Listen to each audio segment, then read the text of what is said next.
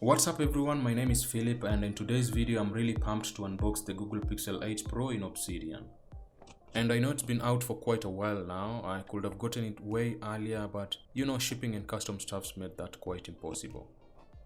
This is the 128GB variant, which is sufficient for me and also an upgrade to my Google Pixel 6 Pro that I've had for quite a while now. So yeah, I'm really excited. Google makes it so much easier to get into these boxes with just these two pull tabs we're inside. The phone is presented on top in its full glory and I can already tell the back is matte, which is a huge win for me. The sides and the camera bar are still glossy, which is a bummer, and I know that makes the phone look premium, but practicality wise it scratches and smudges quite easily for what I've seen, so not really a good decision here.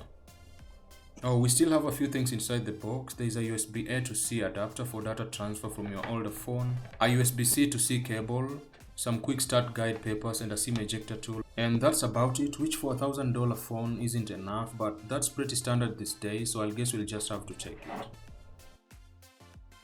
Back to the phone, and it feels so good in the hands, feels so smooth on the back, again because of that matte finish. At 213 grams, the Pixel 8 Pro is not that heavy or light, and I'm really a fan of that. The display is flat and not curved this time. Took Google 2 generations to get here, but it's a welcome change that makes it easier for screen protectors to fit.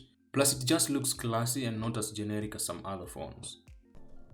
On the inside, the Pixel 8 Pro runs on Tensor G3 paired with 12 gigs of RAM, so I'm certain performance won't be a problem, just like I've experienced on previous Pixels. For the few hours that I've had it, everything feels snappy, no lags or anything, plus it doesn't get as warm as my Pixel 6 Pro over here, so that's another win, but I'll have to push it to its limit for my full review, so stay tuned for that. There's also a 50-50 mAh battery inside here, which is not a huge bump from the previous gen, but I've had a ton of positive feedback on the battery life.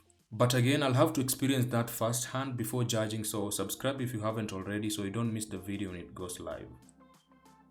Alright, that wraps my unboxing of the Pixel 8 Pro, and I'm really excited to use it and to really get to know the ups and downs of the phone, if any, and share those with you guys. So if you have any questions, please feel free to leave them in the comment section below and I'll be happy to answer them in my full review. Anyway, thanks for watching. Leave a like to this video because that helps a lot, and I'll see you in the next one. Goodbye and stay safe.